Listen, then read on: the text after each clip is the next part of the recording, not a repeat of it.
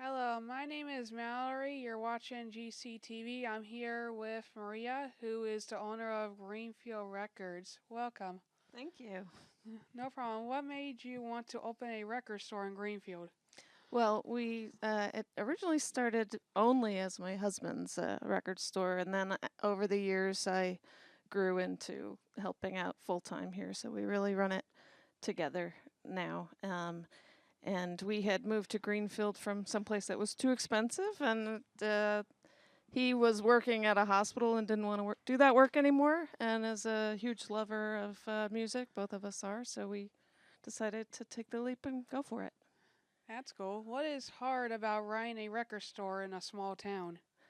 Sometimes it can be pretty slow. I mean, the main thing that's hard about running a record store is that records are very heavy.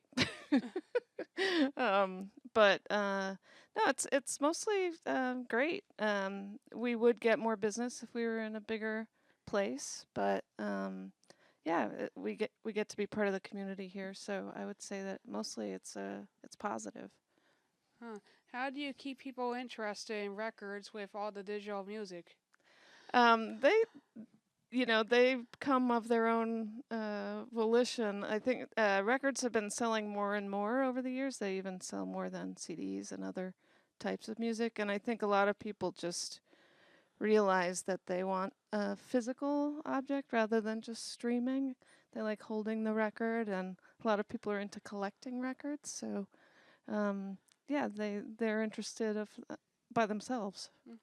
What kind of music do people in Greenfield like to buy the most? Uh, Most people like to buy classic rock. A lot of people come to buy the records that they themselves listened to when they were younger. Um, but we get, a lot of people who like jazz or classical, but mostly it's kind of the older 70s rock music that people really enjoy. Can you share a fun or interesting story from your time running the store? There have been lots of fun and interesting times. I guess that the most fun are when we have rock shows here. We've had various loud bands come and play. We used to be next door, and we had a band that was so loud, playing in the basement, that it was rattling the ceiling above us. It was so loud. But yeah, we've had lots of fun here. How do you pick which records to sell in your store? Uh, well, that's mostly my partner's job, but people come to sell us records all the time. So if there's something that we don't have too many of, if there's something that's collectible, uh, so we're always looking for things that we know that are going to sell, like the classic rock, jazz. So people come to us, and we just take a look at what we think will sell. How would you describe your store to someone who has never been here? It's a cool store. We have lots of stuff. We have vinyl records, CDs, books, some magazines. I think it's just a very interesting place if you like to check out music and culture.